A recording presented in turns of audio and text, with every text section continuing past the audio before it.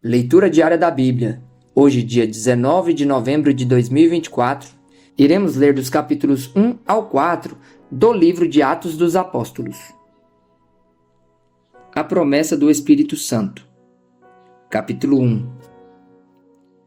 Escrevi o primeiro livro, ó Teófilo, relatando todas as coisas que Jesus começou a fazer e a ensinar até o dia em que foi elevado às alturas. Depois de haver dado mandamentos por meio do Espírito Santo aos apóstolos que tinha escolhido. Depois de ter padecido, Jesus se apresentou vivo aos seus apóstolos, com muitas provas incontestáveis, aparecendo-lhes durante 40 dias e falando das coisas relacionadas com o reino de Deus. E começando com eles, deu-lhes esta ordem: não se afastem de Jerusalém, mas esperem a promessa do Pai, a qual vocês ouviram de mim. Porque João, na verdade, batizou com água, mas vocês serão batizados com o Espírito Santo dentro de poucos dias. A ascensão de Jesus. Então, os que estavam reunidos com Jesus lhe perguntaram: será este o tempo em que o Senhor irá restaurar o reino de Israel? Jesus respondeu: não cabe a vocês conhecer tempos ou épocas que o Pai fixou pela sua própria autoridade, mas vocês receberão poder ao descer sobre vocês o Espírito Santo, e serão minhas testemunhas tanto em Jerusalém, como em toda a Judeia e Samaria e até os confins da terra. Depois de ter dito isso, Jesus foi elevado às alturas, à vista deles, e uma nuvem o encobriu dos seus olhos. E estando eles com os olhos fixos no céu, enquanto Jesus subia, eis que 2 homens vestidos de branco se puseram ao lado deles e lhes disseram: homens da Galileia, por que vocês estão olhando para as alturas? Esse Jesus que foi levado do meio de vocês para o céu, virá do modo como vocês o viram subir. A escolha de Matias. Então os apóstolos voltaram do Monte das Oliveiras para Jerusalém. A distância até a cidade é de cerca de 1 quilômetro. Quando entraram na cidade, subiram para o cenáculo onde se reuniam Pedro, João, Tiago, André, Filipe, Tomé, Bartolomeu, Mateus, Tiago, filho de Alfeu, Simão o Zelote e Judas, filho de Tiago. Todos estes perseveraram unânimes em oração com as mulheres, com Maria, mãe de Jesus, e com os irmãos dele. Naqueles dias, Pedro se levantou no meio dos irmãos, que formavam um grupo de mais ou menos 120 pessoas, e disse: irmãos, era necessário que se cumprisse a escritura que o Espírito Santo predisse pela boca de Davi, a respeito de Judas, que foi o guia daqueles que prenderam Jesus. Ele era um dos nossos e teve parte nesse ministério. Ora, este homem adquiriu um campo com o preço da iniquidade e, caindo de cabeça, rompeu-se pelo meio, e todos os seus intestinos se derramaram. Isto chegou ao conhecimento de todos os moradores de Jerusalém, de maneira que em sua própria língua esse campo era chamado Aceldama, isto é, campo de sangue. E Pedro continuou: porque está escrito no livro dos Salmos: fique deserta a sua morada, e não haja quem nela habite, e que outro tome o seu encargo. Portanto, é necessário que dos homens que nos acompanharam, todo o tempo em que o Senhor Jesus andou entre nós, começando no batismo de João até o dia em que foi tirado do nosso meio e levado às alturas, um destes se torne testemunha conosco da sua ressurreição. Então propuseram 2, José, chamado Barsabás, também conhecido como Justo, e Matias. E orando disseram: tu, Senhor, que conheces o coração de todos, revela-nos qual dos 2 escolheste para preencher a vaga neste ministério e apostolado, do qual Judas se desviou, indo para o seu próprio lugar. Depois fizeram um sorteio, e a sorte caiu sobre Matias, que foi acrescentado ao grupo dos 11 apóstolos. A vinda do Espírito Santo. Capítulo 2. Ao cumprir-se o dia do Pentecostes, estavam todos reunidos no mesmo lugar. De repente veio do céu um som, como de um vento impetuoso, e encheu toda a casa onde estavam sentados. E apareceram distribuídas entre eles línguas como de fogo, as quais pousaram sobre cada um deles. Todos ficaram cheios do Espírito Santo e começaram a falar em outras línguas, segundo o Espírito lhes concedia que falassem. Estavam morando em Jerusalém judeus, homens piedosos, vindos de todas as nações debaixo do céu. Assim, quando se fez ouvir aquela voz, afluiu a multidão, que foi tomada de perplexidade, porque cada um os ouvia falar na sua própria língua. Estavam atônitos e se admiravam, dizendo: Vejam, não são galileus todos esses que estão falando? Então, como os ouvimos falar cada um em nossa própria língua materna? Somos partos, medos, elamitas e os naturais da Mesopotâmia, Judéia, Capadócia, Ponto e Ásia, da Frígia, da Panfilha, do Egito e das regiões da Líbia, nas imediações de Cirene e romanos que aqui residem, tanto judeus como prosélitos, cretenses e árabes. Como os ouvimos falar sobre as grandezas de Deus em nossas próprias línguas? Todos atônitos e perplexos perguntavam uns aos outros: O que será que isso quer dizer? Outros, porém, zombando, diziam: Estão bêbados. A pregação de Pedro. Então Pedro se levantou junto com os 11 e, erguendo a voz, dirigiu-se à multidão nestes termos: Homens da Judéia e todos vocês que moram em Jerusalém, tomem conhecimento disto e prestem atenção no que vou dizer. Estes homens não estão bêbados, como vocês estão pensando, porque são apenas 9 horas da manhã. Mas o que está acontecendo é o que foi dito por meio do profeta Joel. E acontecerá nos últimos dias, diz Deus, que derramarei o meu espírito sobre toda a humanidade. Os filhos e as filhas de vocês profetizarão, os seus jovens terão visões, e os seus velhos sonharão. Até sobre os meus servos e sobre as minhas servas derramarei o meu espírito naqueles dias, e profetizarão. Mostrarei prodígios em cima no céu e sinais embaixo na terra: sangue, fogo e nuvens de fumaça.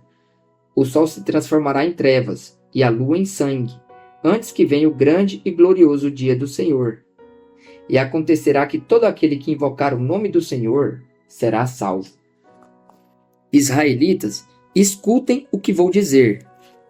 Jesus, o Nazareno, homem aprovado por Deus diante de vocês com milagres, prodígios e sinais, os quais o próprio Deus realizou entre vocês por meio dele, como vocês mesmos sabem, a este entregue conforme o plano determinado e a presciência de Deus, vocês mataram, crucificando-o por meio de homens maus.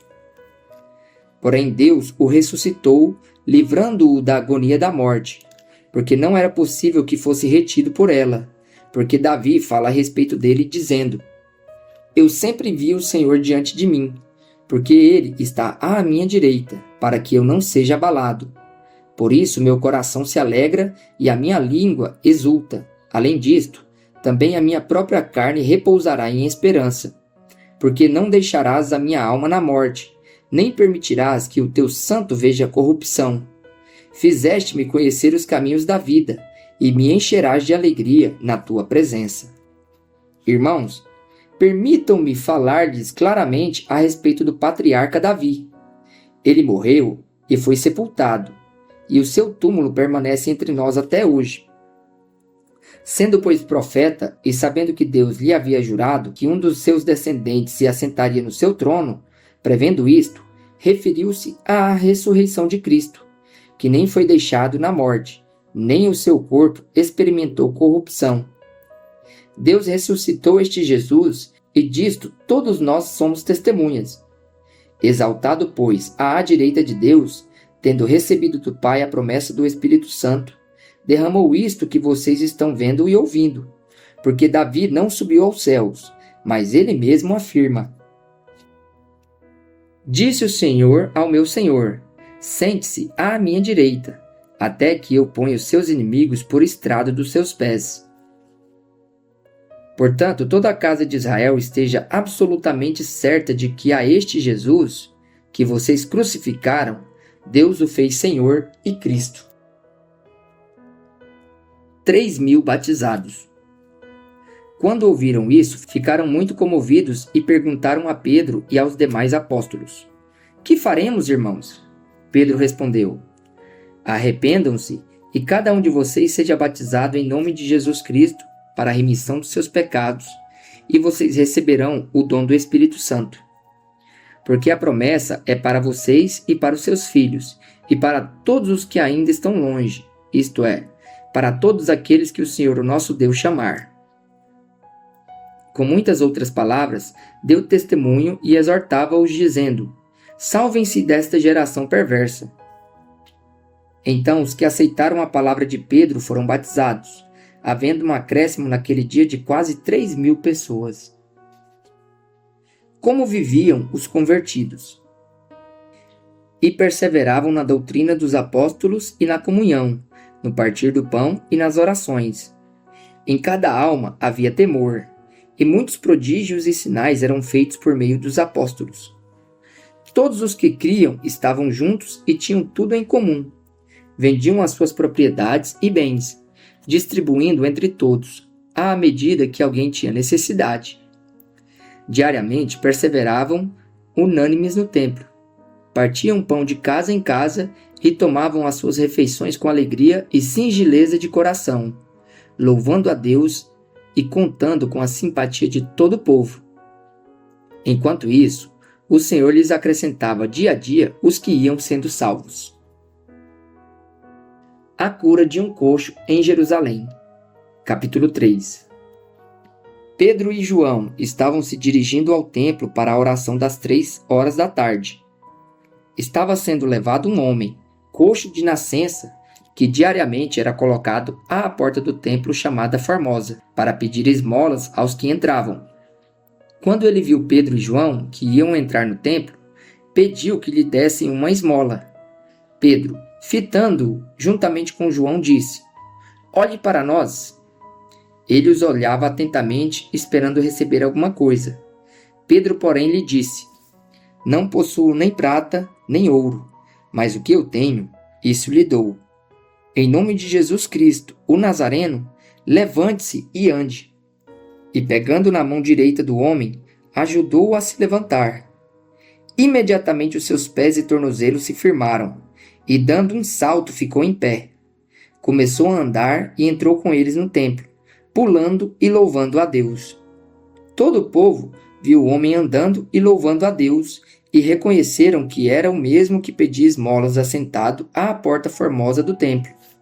E ficaram muito admirados e espantados com o que lhe tinha acontecido. A pregação de Pedro no templo. Enquanto aquele homem ainda se mantinha ao lado de Pedro e João, todo o povo perplexo correu para junto deles no pórtico chamado de Salomão. Quando Pedro viu isso, dirigiu-se ao povo dizendo: Israelitas, por que vocês estão admirados com isto? Ou por que estão com os olhos fixos em nós, como se pelo nosso próprio poder ou piedade tivéssemos feito este homem andar? O Deus de Abraão, o Deus de Isaque e o Deus de Jacó, o Deus dos nossos pais, glorificou o seu servo Jesus, a quem vocês traíram e negaram diante de Pilatos, quando este já havia decidido soltá-lo. Vocês negaram o santo e o justo e pediram que fosse solto um assassino. Vocês mataram o autor da vida, a quem Deus ressuscitou dentre os mortos, do que nós somos testemunhas. Pela fé no nome de Jesus é que esse mesmo nome fortaleceu a este homem que vocês estão vendo e bem conhecem. Sim, a fé que vem por meio de Jesus deu a este homem saúde perfeita na presença de todos vocês. E agora, irmãos, eu sei que vocês fizeram isso por ignorância, como também as suas autoridades o fizeram. Mas Deus assim cumpriu o que tinha anunciado anteriormente pela boca de todos os profetas, que o seu Cristo havia de padecer. Portanto, arrependam-se e se convertam, para que sejam cancelados os seus pecados, a fim de que da presença do Senhor venham tempos de refrigério, e que ele envie o Cristo que já foi designado para vocês, a saber, Jesus, ao qual é necessário que o céu receba até os tempos da restauração de todas as coisas, de que Deus falou por boca dos seus santos profetas desde a antiguidade. Porque Moisés disse: O Senhor Deus fará com que do meio dos irmãos de vocês se levante um profeta semelhante a mim. A esse vocês ouvirão em tudo o que lhe disser. Quem não der ouvidos a esse profeta será exterminado do meio do povo. E todos os profetas, a começar com Samuel, assim como todos os que falaram depois dele, também anunciaram estes dias. Vocês são os filhos dos profetas e da aliança que Deus estabeleceu com os pais de vocês, dizendo a Abraão: na sua descendência serão abençoadas todas as nações da terra. Tendo Deus ressuscitado o seu servo, enviou-o primeiramente a vocês, para abençoá-los, no sentido de que cada um abandone as suas maldades. Pedro e João diante do Sinédrio, capítulo 4. Enquanto Pedro e João ainda falavam ao povo, chegaram os sacerdotes, o capitão do templo e os saduceus, ressentidos porque os apóstolos estavam ensinando o povo e anunciando em Jesus a ressurreição dentre os mortos. Prenderam Pedro e João e os recolheram ao cárcere até o dia seguinte, pois já era tarde. Porém, muitos do que ouviram a palavra creram, subindo o número desses homens a quase 5.000. No dia seguinte, as autoridades, os anciãos e os escribas se reuniram em Jerusalém com o sumo sacerdote Anás, com Caifás, João Alexandre e todos os que eram da linhagem do sumo sacerdote. E colocando os apóstolos diante deles, perguntaram: com que poder ou em nome de quem vocês fizeram isso? Então Pedro, cheio do Espírito Santo, lhes disse: autoridades do povo e anciãos, visto que hoje somos interrogados a propósito do benefício feito a um homem enfermo e de modo como ele foi curado, saibam os senhores todos e todo o povo de Israel que em nome de Jesus Cristo, o Nazareno, a quem vocês crucificaram e a quem Deus ressuscitou dentre os mortos, sim, em seu nome é que este está curado na presença de vocês. Este Jesus é a pedra que vocês, os construtores, rejeitaram, mas ele veio a ser a pedra angular. E não há salvação em nenhum outro, porque debaixo do céu não existe nenhum outro nome dado entre os homens pelo qual importa que sejamos salvos.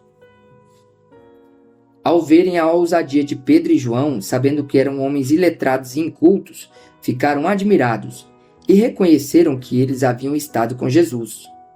Vendo que o homem que havia sido curado estava com eles, nada tinham a dizer em contrário. E mandando-o sair do sinédrio, discutiam entre si, dizendo: que faremos com estes homens? Pois todos os moradores de Jerusalém sabem que um sinal notório foi feito por eles, e não podemos negar. Mas, para que não haja maior divulgação entre o povo, vamos ameaçá-los para não falarem mais neste nome a quem quer que seja. Chamando-os, ordenaram-lhes que de modo nenhum falassem e ensinassem em nome de Jesus. Mas Pedro e João responderam: os senhores mesmos julguem se é justo diante de Deus ouvirmos antes aos senhores do que a Deus. Pois nós não podemos deixar de falar das coisas que vimos e ouvimos. Depois, ameaçando-os mais ainda, os soltaram, não tendo achado como os castigar, por causa do povo, porque todos glorificavam a Deus pelo que tinha acontecido. Ora, o homem em que tinha sido operado esse milagre de cura tinha mais de 40 anos de idade. A igreja em oração. Uma vez soltos, Pedro e João procuravam os irmãos e lhes contaram tudo o que os principais sacerdotes e os anciãos lhe tinham falado. Ouvindo isto, unânimes, levantaram a voz a Deus e disseram: tu, soberano Senhor, fizeste o céu, a terra, o mar e tudo o que neles há. Disseste por meio do Espírito Santo, por boca de Davi nosso pai, teu servo. Porque se enfureceram os gentios e os povos imaginaram coisas vãs? Os reis da terra se levantaram, e as autoridades se juntaram contra o Senhor e contra o seu ungido. Porque de fato nesta cidade, Herodes e Pôncio Pilatos, com gentios e gente de Israel, se juntaram contra o teu santo servo Jesus, a quem ungiste, para fazerem tudo o que a tua mão e o teu propósito predeterminaram. Agora, Senhor, olhe para as ameaças deles e concede a teus servos que anunciem a tua palavra com toda a ousadia, enquanto estendes a tua mão para fazer curas, sinais e prodígios por meio do nome do teu santo servo Jesus. Tendo eles orado, tremeu o lugar onde estavam reunidos. Todos ficaram cheios do Espírito Santo e com ousadia anunciavam a palavra de Deus. A comunidade cristã. Da multidão dos que creram, era um coração e a alma. Ninguém considerava exclusivamente sua nenhuma das coisas que possuía. Tudo, porém, lhes era comum. Com grande poder, os apóstolos davam testemunho da ressurreição do Senhor Jesus, e em todos eles havia abundante graça. Não havia nenhum necessitado entre eles, porque os que possuíam terras ou casas, vendendo-as, traziam os valores correspondentes e os depositavam aos pés dos apóstolos. Então se distribuía a cada um conforme a sua necessidade. A oferta de Barnabé. Então José, a quem os apóstolos chamavam de Barnabé, que quer dizer filho da consolação, um levita natural de Chipre, vendeu um campo que possuía, trouxe o dinheiro e o depositou aos pés dos apóstolos.